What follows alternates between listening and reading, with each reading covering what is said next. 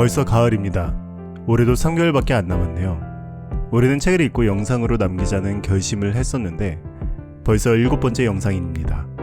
뿌듯하군요. 어제는 스스로에게 잘했다는 의미로 축배도 한 잔 들었답니다. 잡설은 이만하고 2023년 8월의 책들을 한번 소개해보겠습니다. 이렇게 총 5권이고 첫 번째 책은 인생의 허물을 어떻게 할 것인가, 김영림 교수님의 책입니다. 김영림 교수님은 모르는 분들을 위해서 간단하게 소개를 드리자면 서울대 정치외교학부 교수님이시고 한국에는 읽을 만한 좋은 수필이 없다라는 문제의식에서 시작을 해서 글을 쓰기 시작을 하고 그 글 쓴 칼럼들을 모아서 책으로 편찬하기 시작했습니다. 요번에 5번째 책이 나와가지고 또 부랴부랴 달려가서 읽었습니다. 김영림 교수님의 책들은 기본적으로 아이러니의 묘미가 좀 살아있어요. 좀 가벼운 듯 하면서도 우스꽝스러운 표현들을 많이 쓰는데 낄낄거리면서 읽다 보면은 어느 순간에 딱 하고 때리는 한 방이 있어요. 하지만 요 책은 개인적으로 조금 기존의 책들과 비교하면 좀 아쉬운 면이 없잖아 있었어요. 특유의 유려한 글솜씨나 방대한 인용, 그 다음에 날카로운 시선은 유지하고 있지만 예전에는 안타나 홈런이 빵빵 터졌더라면 이제는 좀 똥볼도 많고 그 중에서 뭐 간혹 가다가 한 방씩 이제 홈런이 터지는 느낌이라 살짝 조금 아쉬웠습니다. 두 번째 책은 문과 남자의 과학 공부입니다. 유시민 작가의 책이고요. 특유의 시원시원한 단문 문체로 추상적이거나 현학적일 수 있는 개념들을 정말 일반 대중이 알아들을 수 있는 언어로 풀이해내는 능력이 탁월한 작가라고 생각합니다. 이 책은 평생 문과로 살아온 그가 느지막하게 과학 공부를 하면서 깨달았던 내용들을 정리한 책인데요. 과학 전공자나 이과생을 대상으로 쓰지 않았고 자기 자신과 같은 문과생들을 위해서 이제 집필을 했어요. 그가 봤을 때 인문학이 직면한 여러 가지 위기들은 과학 공부를 통해서만 해결할 수 있다고 생각하기 때문이죠. 최근 문과생들이 읽기 편하게 작은 단위에서 점차 큰 단위로 확장해 나가는데요. 처음에는 이제 나 자신, 자아를 구성하는 뇌과학으로부터 시작을 해가지고 나라는 존재가 무엇인지를 탐구하는 생물학으로 넘어갔다가 생물학에서 기본적인 구조 단위인 분자를 다루는 화학으로 넘어가고 존재를 이루는 구성 단위가 어떻게 탄생했는지를 살펴보는 물리학으로 넘어갔다가 이 물리학의 언어인 수학을 가볍게 살펴보면서 책이 끝납니다.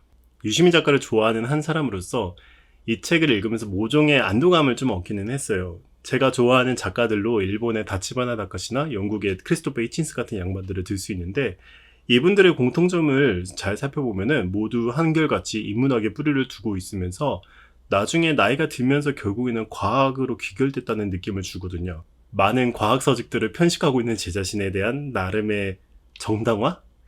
크게 이제 잘못된 방향으로 가지 않고 있다는 확신을 주어가지고 그런 의미에서 재밌게 읽었습니다. 세 번째 책은 장하준의 경제학 레시피입니다.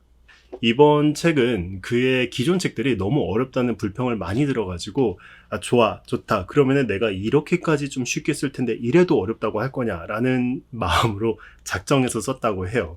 그래서 그런지 기존보다 훨씬 좀 쉽고 잘 읽히는 느낌이 좀 있습니다. 책에는 총 18가지 장하준 교수님이 좋아하는 음식 재료들이 등장을 하는데 이게 웃긴 게 음식 재료들은 미끼에 불과합니다. 그 음식과 관련된 본인의 이야기나 자기가 좋아하는 요리, 그 속에 있던 어떤 사연 이야기로 시작하다가 어느 순간 정신 차리고 보면은 뭐 유치산업보호론, 뭐 자유무역, 그 다음에 빈곤국가와 게으름이라는 편견, 탈산업화, 복지국가 등의 굵직굵직한 경제학 개념들을 다루고 있어요. 원튼 원하지 않든 나는 음식 얘기를 읽다가 어느 순간 경제학 공부를 빡세게 하고 책을 덮게 되는 그런 신기한 경험을 할 수 있습니다. 네 번째 책은 버트랜드 러셀의 결혼과 도덕입니다.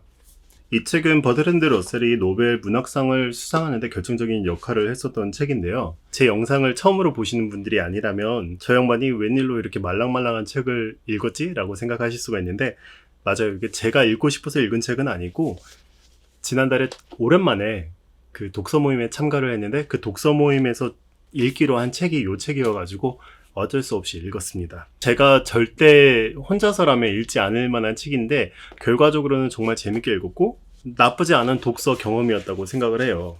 책을 한 줄로 요약하자면 성적 담론을 보다 개방적으로 진행해야 된다. 구속적인 관계를 지향하자. 서구 기독교에서 성적 쾌락을 죄악시하고 성에 대한 담론 자체를 타부시했던 문화를 개선해야 된다로 요약할 수 있습니다. 뭐 대단한 주장은 아니라고 생각할 수도 있는데 이 책이 쓰여진 시점이 지금으로부터 약 100년 전이었다는 점을 감안하면은 당시로서는 굉장히 파격적이고 혁신적인 제안이었던 셈이죠. 버트랜드 러셀은 기본적으로 글을 굉장히 잘 쓰기로 유명한 사람이다 보니까 이 책을 읽을 때 맨 앞에 있는 머릿말과 맺은말 두 부분만 읽어도 어느 정도 이 사람이 하고자 하는 말을 명확하게 아실 수 있을 거예요. 머릿말에서 문제들을 제기하고 맺은말에서 이들을 다시 한번 싹 정리하면서 책을 맺고 가운데 있는 내용들은 그의 주장을 뒷받침하는 논거에 불과하거든요. 그의 문체들이 지나치게 지리멜려라고 왜 이런 간단하게 표현할 수 있는 말들을 길게 끌고 가지? 라는 생각을 했었는데 나중에 보니까 버트랜드 러셀 자체가 굉장히 유머러스한 사람이더라고요. 그래서 이 책의 그런 지리멜려라다고 느껴졌던 문체들이 사실은 어떤 하나의 펀이라고 해야 되나요? 언어 유희나 굉장히 무거울 수 있는 주제를 가볍게 웃으면서 유쾌하게 너무 표현했었던 하나의 방식이었던 걸로 이해를 하고 다시 책을 읽으니까 그때부터 엄청 재밌고 쉽게 읽히더라고요. 그렇지 않고 정말 진지하게 이 책을 읽으려 하면은 절대 이 책을 재밌게 읽을 수가 없다라고 생각합니다. 그래서 한 가지 조언을 드리자면 이 책은 진지한 책이 아니다라는 생각을 가지고 읽으면 훨씬 쉽게 재밌게 읽으실 수 있을 겁니다. 네, 그 다음 책은 크리스토퍼 히친스가 쓴 젊은 회의주의자에게 보내는 편지입니다. 이 책은 제가 굉장히 좋아하는 책들 중에 한 권인데 이번에 어떤 계기가 돼가지고 그냥 다시 한번 읽어보게 됐어요. 역시나 좋은 책이더라고요.